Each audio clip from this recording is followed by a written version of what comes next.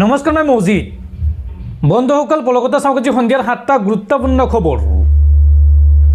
প্ৰথমটো খবৰ, অসমৰ মিয়া মুছলমানৰ লগত আটাইতকৈ ভাল সম্পৰ্ক মুখ্যমন্ত্ৰী হিমন্ত বিশ্ব শৰ্মাৰ। মুখ্যমন্ত্ৰী হিমন্ত বিশ্ব শৰ্মাই এই সন্দৰ্ভত কয় যে আপুনি অনুমান কৰিব নোৱাৰিব যে অসমৰ মিয়া মুছলিমৰ লগত মহিলাৰ লগত মোৰ কিমান ভাল সম্পৰ্ক। যেতিয়া মই বহু বিবাহ বাল্য বিবাহৰ পৰা মুক্ত কৰি পঢ়োৱাৰ কথা কওঁ তেতিয়া ভালপোৱাই হৈ যায়। ওৱেচি মাদানীয়ে সেইটো নেদেখুৱায়। আমি তেওঁলোকক চিধা ৰাস্তা দেখুৱাওঁ যে এইটো ৰাস্তাত গ'লে তুমি চিকিৎসক, অভিযন্তা, অধ্যাপক, শিক্ষক হ'ব পাৰিবা। এজেণ্ডা আজতক 2025 অনুষ্ঠানত এই মন্তব্য ৰাজ্যৰ মুখ্যমন্ত্ৰী হিমন্ত বিশ্ব শৰ্মাৰ। পৰৱৰ্তী খবৰ, জুবিন গাৰ্গৰ মৃত্যুক লৈ আন এক ডাঙৰ খবৰ। সাগৰৰ পাৰত বিনা চিকিৎসাই অচেতন অৱস্থাত ৭৫ মিনিট সময় পৰি আছিল জুবিন গাৰ্গ। জুবিন গাৰ্গক বচোৱাৰ সুযোগ পোৱাৰ পাছতো ব্যৱস্থা লোৱা নাছিল শ্যামকানু মহন্তই। SITৰ চাৰ্জশ্বিটত সন্নিৱিষ্ট হৈছে এই ভয়ংকৰ তথ্য। পৰৱৰ্তী খবৰ, বিজেপি চৰকাৰৰ বিৰুদ্ধে কংগ্ৰেছৰ সৰ্ববৃহৎ প্ৰতিবাদ। হাজাৰ হাজাৰ কংগ্ৰেছীৰ প্ৰতিবাদত কপিল দিল্লী। ভোট চোৰ গাদী চোৰ শ্লোগানেৰে বিজেপিৰ বিৰুদ্ধে ৰাজধানী দিল্লীত কংগ্ৰেছৰ বৃহৎ প্ৰতিবাদ। হাজাৰ হাজাৰ কংগ্ৰেছীৰ প্ৰতিবাদত কপিল দিল্লী। ভোট চোৰ গাদী চোৰ শ্লোগানেৰে বিজেপি চৰকাৰৰ বিৰুদ্ধে ৰাজধানী দিল্লীত কংগ্ৰেছৰ বৃহৎ প্ৰতিবাদ। দিল্লীৰ ৰামলীলা ময়দানত AICCৰ বিশাল প্ৰতিবাদী ৰেলী। ৰাহুল গান্ধী, মল্লিকাৰ্জুন খাৰ্গেৰ নেতৃত্বত সমবেত হৈছে হাজাৰ হাজাৰ কংগ্ৰেছী আৰু অসম কংগ্ৰেছৰ নেতৃত্বই অংশ লৈছে এই প্ৰতিবাদত। দৰ্শকসকল, আৰু বহুতো গুৰুত্বপূৰ্ণ খবৰ আছে। তাৰ আগতে আপোনাক জনাওঁ যে যদি আপুনি এতিয়ালৈকে এইটো ভিডিঅ'ত লাইক কৰা নাই তেন্তে এতিয়াই ভিডিঅ'টোত লাইক কৰি দিয়ক আৰু এনেকুৱা ধৰণৰ ভিডিঅ'সমূহ নিতৌ চাবলৈ চেনেলটো ছাবস্ক্ৰাইব কৰি কাষত থকা বেল আইকনটো প্ৰেছ কৰি ৰাখক। পৰৱৰ্তী খবৰ, পাকিস্তানী চোৰাংচোৱাৰ অভিযোগত গ্ৰেপ্তাৰ হোৱা ৯৯% লোকেই হিন্দু আৰু গ্ৰেপ্তাৰ হোৱা বেছিভাগ লোকেই RSS আৰু বিজেপিৰ লগত জড়িত। এই বিস্ফোৰক মন্তব্য AIUDFৰ বিধায়ক আমিনুল ইছলামৰ। পাকিস্তানী চোৰাংচোৱাৰ অভিযোগত গ্ৰেপ্তাৰ হোৱা ৯৯% লোকেই হিন্দু আৰু গ্ৰেপ্তাৰ হোৱা বেছিভাগ লোকেই RSS আৰু বিজেপিৰ লগত জড়িত। RSS বিজেপিৰ লোকে পাকিস্তানৰ হৈ কৰে চোৰাংচোৱাগিৰি। চোৰাংচোৱাগিৰি কৰা এই লোকসকলে আকৌ দেশদ্ৰোহী সজাই মুছলমানক। পাকিস্তানী এজেণ্টৰ বিৰুদ্ধে কঠোৰ স্থিতি গ্ৰহণ কৰক চৰকাৰে। এই মন্তব্য AIUDFৰ বিধায়ক আমিনুল ইছলামৰ।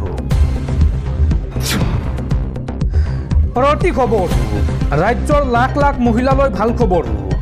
৩,১০০ টকালৈ বৃদ্ধি হ'ব অৰুণোদয় আঁচনিৰ ধন। ১ জানুৱাৰীৰ পৰা ৰাজ্যত বৃদ্ধি পাব অৰুণোদয় আঁচনিৰ ধন।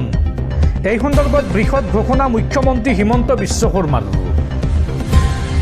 আৰু মাত্ৰ কেইটামান দিনৰ পাছতে বৃদ্ধি হ'ব অৰুণোদয় আঁচনিৰ ধন। ৩,১০০ টকা হ'ব পাৰে অৰুণোদয় আঁচনিৰ ধন। ১ জানুৱাৰীতে এই সন্দৰ্ভত মুখ্যমন্ত্ৰীয়ে কৰিব ডাঙৰ ঘোষণা।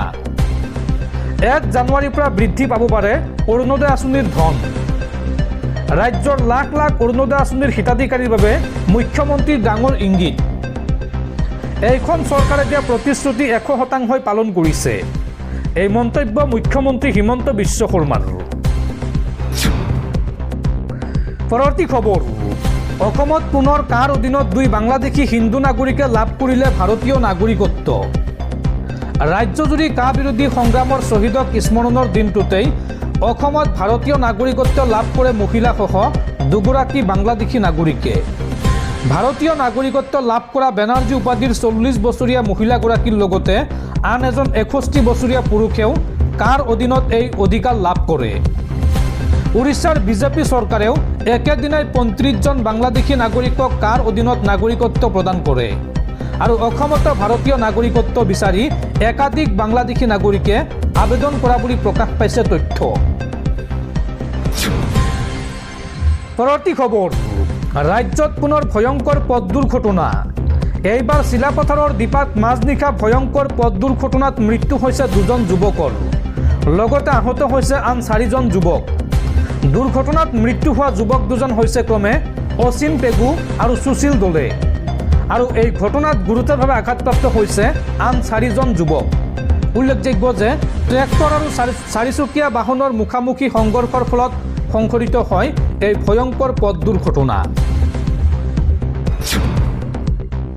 পৰৱৰ্তী খবৰ, জুবিন গাৰ্গৰ চাৰ্জশ্বিটক লৈ অসন্তুষ্ট অভিনেতা ৰবি শৰ্মা। অভিনেতা ৰবি শৰ্মাই এই সন্দৰ্ভত কয় যে মোক জুবিন গাৰ্গৰ অন্তিম ভিডিঅ'টো লাগে। জুবিন গাৰ্গৰ শেষ পৰ্যায়ত কি হৈছিল মই জানিব বিচাৰোঁ। সংবাদ মাধ্যমৰ আগত এই মন্তব্য অভিনেতা ৰবি শৰ্মাৰ। জুবিন গাৰ্গৰ চাৰ্জশ্বিটক লৈ অসন্তুষ্ট অভিনেতা ৰবি শৰ্মা। ৰবি শৰ্মাই এই সন্দৰ্ভত কয় যে মোক জুবিন গাৰ্গৰ অন্তিম ভিডিঅ'টো লাগে। জুবিন গাৰ্গৰ শেষ পৰ্যায়ত কি হৈছিল মই জানিব বিচাৰোঁ।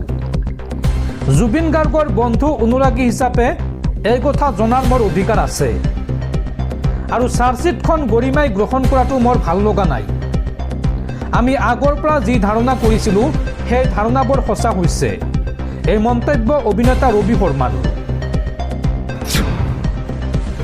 পৰৱৰ্তী খবৰ, কলকাতাত মেছিৰ অনুষ্ঠানত সংঘটিত অপ্ৰীতিকৰ পৰিস্থিতিৰ বাবে পশ্চিমবংগৰ মুখ্যমন্ত্ৰী মমতা বেনাৰ্জীক দোষাৰোপ অসমৰ মুখ্যমন্ত্ৰী হিমন্ত বিশ্ব শৰ্মাৰ।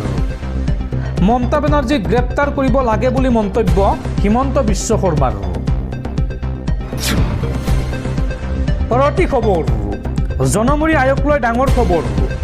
দেশৰ ভিতৰতে জনমুৰি আয়োগৰ ক্ষেত্ৰত শীৰ্ষত তেলেংগানা। অসমৰ স্থান কিমান আৰু অসমৰ বৰ্তমান জনমুৰি আয় কিমান চাওঁ আহক।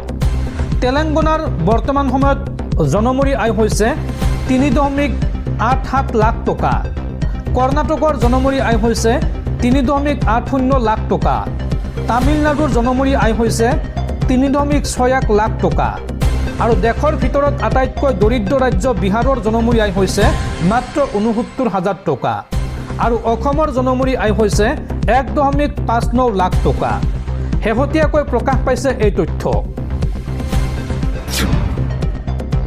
পৰৱৰ্তী খবৰ, 24 ডিচেম্বৰৰ পৰা খানাপাৰা পশু চিকিৎসা মহাবিদ্যালয় খেলপথাৰত আৰম্ভ হ'ব অসম গ্ৰন্থমেলা।